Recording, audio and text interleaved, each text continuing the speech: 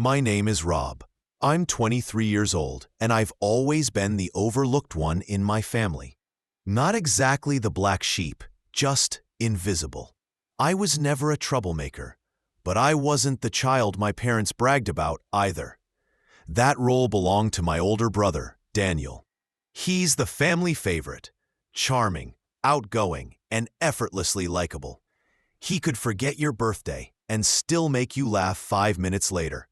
Meanwhile, I was the quiet kid, focused on my studies, chasing goals that didn't look exciting enough for social media. Graduation day was supposed to be different. I'd worked for years to reach that moment. Late nights, part-time jobs, extra hours to cover tuition gaps when scholarships fell short. I had imagined it countless times. The lights, my name being called, and my family cheering so loud I'd hear them over the crowd. I even reserved the best seats for them. That morning, I woke up to a message in the family group chat from my mom. "We won't make it today. Something came up. We'll celebrate soon." I stared at my phone, waiting for a follow-up, thinking it had to be a joke. Then Daniel texted, "We're heading to Aspen for the week. Last-minute trip. Can't wait." Mom replied with a bunch of skiing emojis. No apology. No mention of my graduation, our family's first. I couldn't even respond. My throat felt tight and the room seemed smaller. For a brief moment, I hoped it was a misunderstanding. Maybe they mixed up the date, but they hadn't. I'd reminded them for months, even sent an official invitation. They knew. They just chose something else. When the ceremony began, I tried to push it aside and focus. Families surrounded their graduates, taking pictures, carrying flowers, laughing on the grass. I smiled for photos too, but the emptiness inside me stayed. Every time I looked toward the seats I'd saved for them, all I saw were strangers. I told myself it didn't matter, that I'd hold on to pride, not disappointment. When my name was called, I walked the stage, shook hands, smiled for the camera, and felt my phone buzz. A text from my dad. "Come home immediately." No explanation, just that. When I stepped off stage, I noticed the missed calls, 37 of them. Same message every time. "Come home now." I stood there, diploma in one hand, phone in the other, surrounded by cheering families. My own hadn't even shown up. Yet they suddenly needed me urgently. Something in me shifted right then. A cold realization that whatever was happening wasn't just an emergency. It was a turning point. When I got back to my apartment that evening, still in my gown because I hadn't bothered to change, I saw more missed calls, mostly from my dad and one from Mom. Still, no explanation. Just the same 2 words, "Come home." I sat at the small kitchen table I'd bought secondhand and stared at my phone. No messages during the ceremony. No congratulations. No acknowledgement. Now they were acting like I'd missed something important.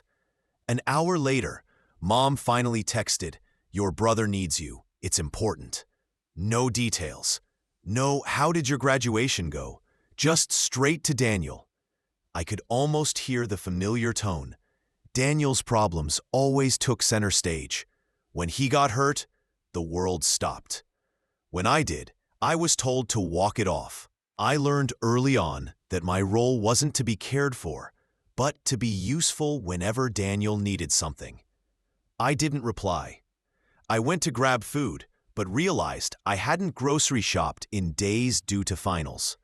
I poured cereal and sat there, thinking about how Daniel had overshadowed every major event in my life. My high school graduation, he threw a wild party the night before and stole the attention. My first job, he wrecked his car that same day, and everyone focused on that instead. Around 9 p.m., my phone rang again, It was a video call from Dad. Against my better judgment, I answered. His face filled the screen, tense and impatient. "Rob, finally! We've been calling all day." "I was busy," I said, "graduating." He ignored that completely. "Daniel's in trouble.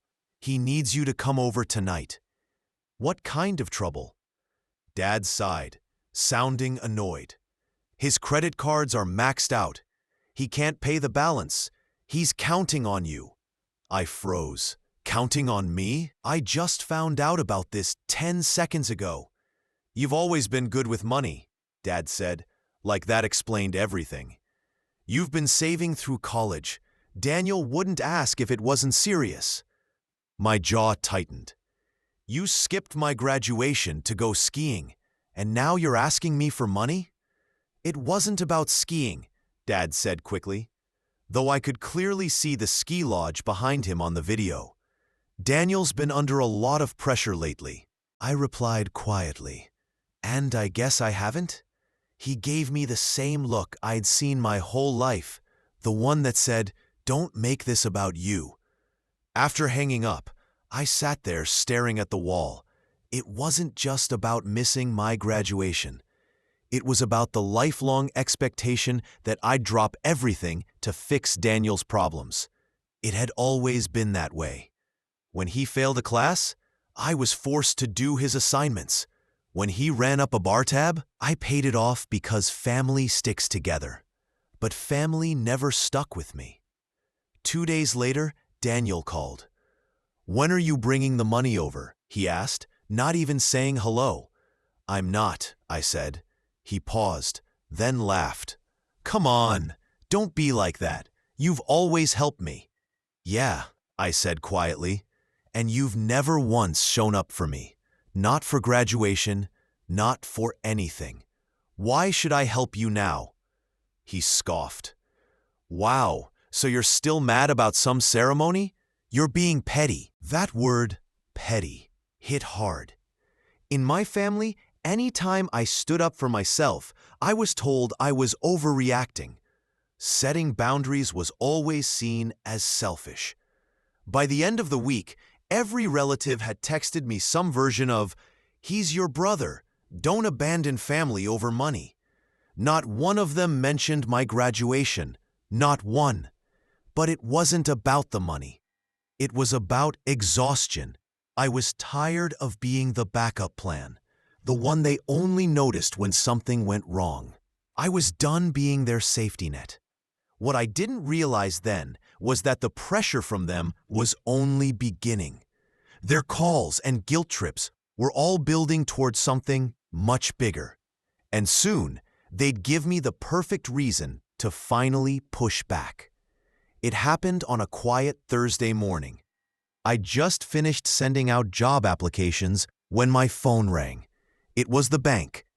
"Mr. Rivers," the woman said politely, "we just need to confirm a large transfer request from your account today." I sat up. "Transfer? I didn't authorize anything." She read the details. Nearly $4,800 set to transfer to a joint account. Daniel's. My stomach dropped. "Cancel it," I said quickly. "That's what I thought," she replied. "It was initiated online from an IP address at your parents' home." I didn't need to investigate further. My parents still had my old banking login from high school, which they claimed they'd keep just to monitor spending. I'd never changed it, trusting they wouldn't misuse it. That trust was misplaced. I hung up, shaking, not in anger, but in calm realization. This wasn't help they were asking for. This was theft. And the worst part wasn't even the money. It was the entitlement. The belief that what was mine was automatically theirs. Before I could react, a message from Daniel appeared. "Thanks for covering it, man. I'll pay you back soon." A wink emoji, as if it were all a joke. I didn't reply. My hands clenched around the phone. Every memory of being dismissed, ignored, and used came flooding back. They didn't just expect me to fix his mess. They believed I was obligated to. I called my mother. She answered cheerfully, "Rob, we were just talking about you. You should come by this weekend." "Did you authorize a transfer from my account?" I asked sharply. Silence. Then her calm voice. "Oh, sweetheart, we knew you'd help your brother. He's struggling. And we didn't want to bother you while you were busy with school." "You stole from me," I said flatly. Her tone hardened. "Don't be dramatic. We're family. It's not stealing when it's for someone you love." Something in me broke when I heard that. For years, I let that twisted idea of love justify everything they took from me. But in that moment, I realized their love was just control disguised as care. I hung up. The silence in my apartment felt heavy. Looking at it, I realized it symbolized more than education. It was proof that I had achieved something on my own, without them. That night, I changed every password I owned. I remembered those 37 missed calls, the ski trip, the money they thought was theirs. And I knew this time I wouldn't let it slide. They'd crossed a line, and I finally had a reason to stop being the version of me they depended on. What I didn't know then was just how far they'd go before I finally acted. The weeks that followed felt hazy. I kept applying for jobs, going through the motions, but I was constantly checking my accounts, half expecting more damage. My phone stayed on silent. I couldn't take another call filled with guilt or manipulation. They'd already rewritten the story. According to them, Daniel was stressed. He didn't mean any harm, and I was the one holding a grudge. Somehow, I had become the villain. But I stayed quiet. I didn't yell. I didn't defend myself. I was done giving them the satisfaction of my reaction. Instead, I waited, because deep down, I knew the next move was mine. I stopped attending Sunday dinners. I ignored phone calls unless they came from unknown numbers, usually potential employers. I stopped checking the family group chat entirely. When I finally opened it one night out of curiosity, it was filled with photos from the ski trip. Daniel was posing with his friends, glasses of champagne in hand. There were laughing emojis and comments about living life to the fullest. Not a single picture or message about my graduation. Not one word. That realization hit harder than I wanted to admit. For years, I kept believing that if I worked hard enough, achieved enough, they'd see me differently, maybe even be proud of me like they were of Daniel. But the truth had always been right there. I could find a cure for an illness, and they would still turn the spotlight toward him. Money was tight. Graduation had already drained my savings with application fees, rent, and basic expenses. Although the bank reversed the attempted transfer, the processing charges and account hold left me short for days. I had to survive on what little was left. I skipped more meals than I'd like to admit. My apartment felt colder, emptier. For the first time in years, I felt completely alone, not just physically, but without even the illusion of support. The worst part was knowing that my degree, something I had believed would open doors, seemed meaningless without connections or backing. I was just another name in a long list of applicants. Every rejection reminded me that I was truly on my own now, and that if I fell, there'd be no one there to catch me. Unless catching me meant taking something from me. But in that silence, something inside me started to shift. I began keeping a small notebook beside my bed, recording everything that had happened since graduation. Every message, every manipulation. I started reflecting on my past, writing down moments I'd once dismissed. Reading it all together felt like watching a slow-motion disaster. Patterns I'd ignored were now painfully clear. I didn't know what I would do with it, but I knew I wouldn't act impulsively again. No shouting, no pleading, no desperate attempts to prove my side. That had never worked, and it never would. This time, I would stay patient, observe, and let them reveal themselves. And when the moment came, I'd be ready, not just emotionally, but strategically. They weren't done with me yet, though. Before I could even put my plan into action, they would push me further than I imagined, far enough that I'd have no choice but to respond. At first, the change was subtle. I landed a part-time research assistant job at a local firm. The pay wasn't great, but it was enough to cover rent and keep me afloat. More importantly, my supervisor, Karen, once complimented my writing in front of the team, and I didn't even know how to react.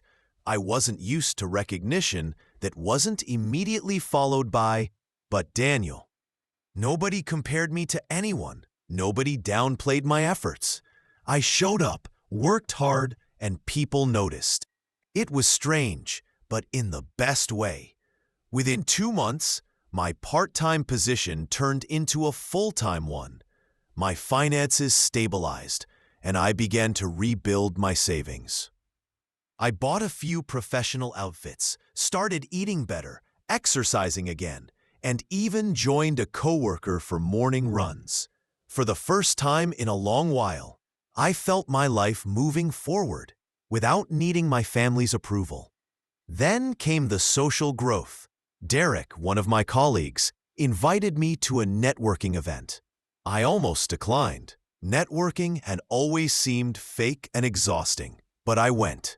And to my surprise, I met genuine people who cared about my field and my goals. Over the following weeks, I made connections, exchanged contacts, and started attending mixers.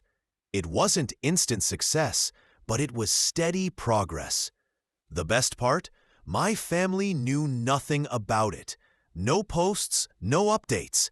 I learned to enjoy keeping my achievements private. Each success felt like a card I held face down, waiting for the right moment to reveal it.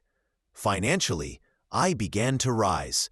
Within 4 months, I paid off my student debt. By 6 months, I had a growing emergency fund. Around that time, Karen recommended me for a consulting project with a startup. It was only a few hours a week, but it paid well and allowed me to use skills I hadn't touched since my senior thesis. That one opportunity led to another, and soon my side income surpassed my old full-time salary. The version of me they used to know, the quiet, accommodating one, would have never reached this point. This was new territory. I wasn't just surviving anymore. I was gaining control. Still, I stayed cautious.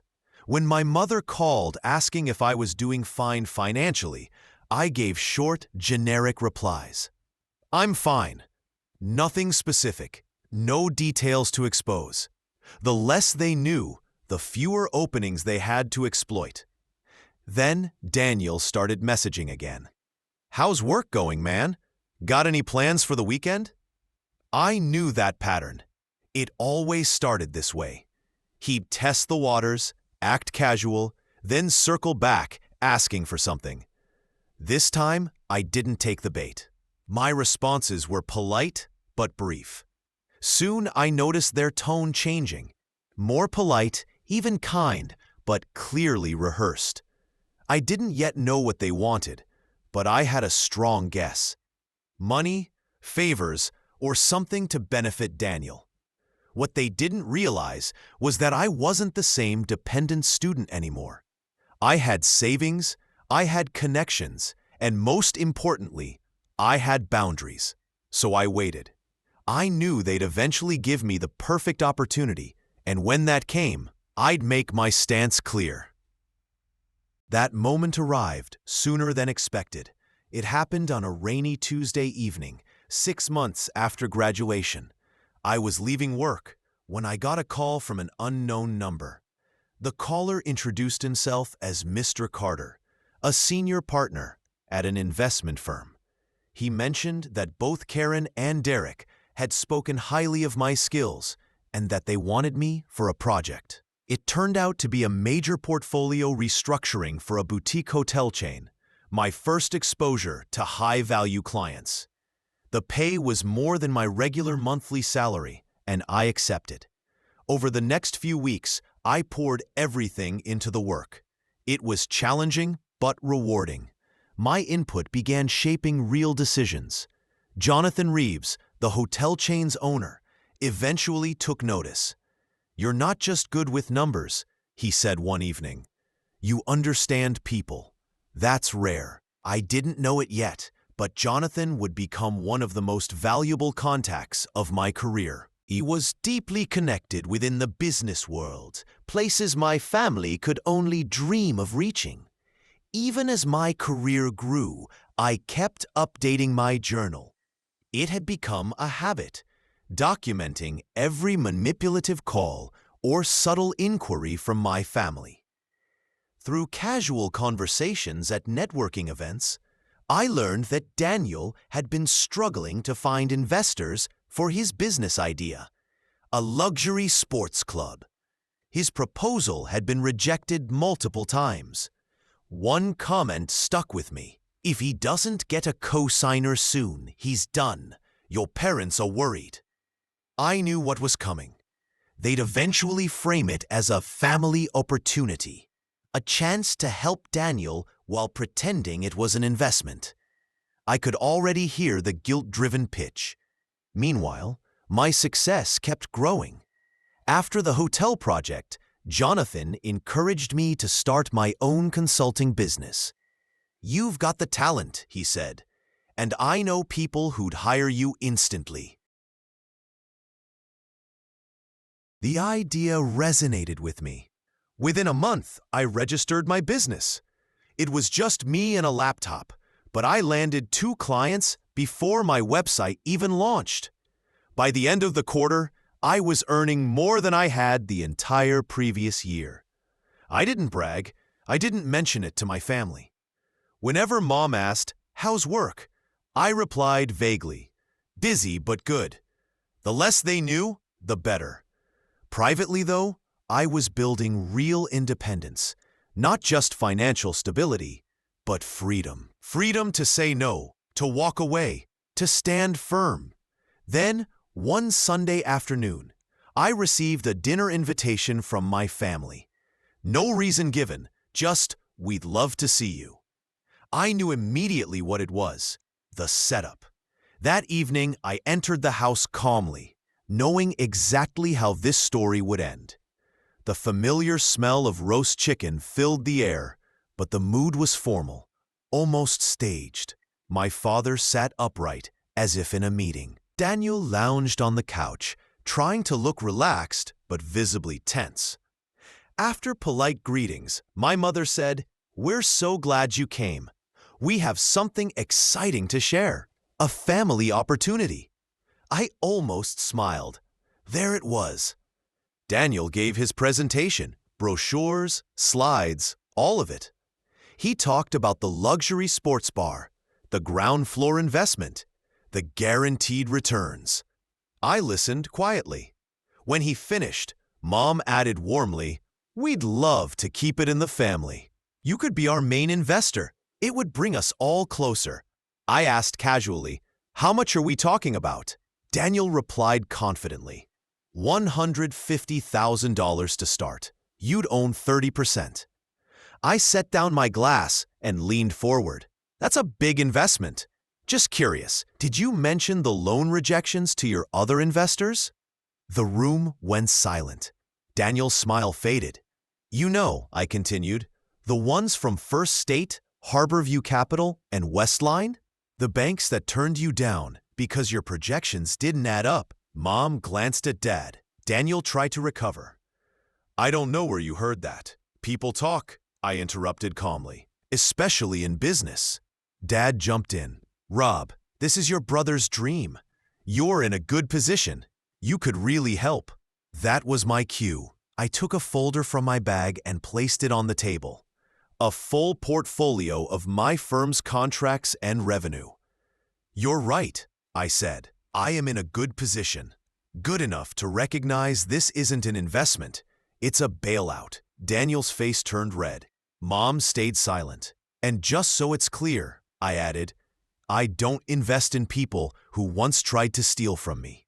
The silence was heavy. I spoke to the bank, I continued. I know exactly who tried to withdraw money from my account after graduation. No one said a word. I stood, put the folder away, and headed toward the door. I'm not your investor, your ATM, or your backup plan. Whatever hole you're in, you'll climb out yourselves. Before leaving, I paused and turned back. Oh, and Jonathan Reeves, he owns 3 of the city's busiest bars. When your proposal crosses his desk, and it will, you'll know how that ends. I walked out as the rain eased. They had expected the old version of me, the one who always gave in. Instead, they met the version they had unknowingly created, the one who learned how to win their game. What I didn't expect was how fast everything would fall apart for them.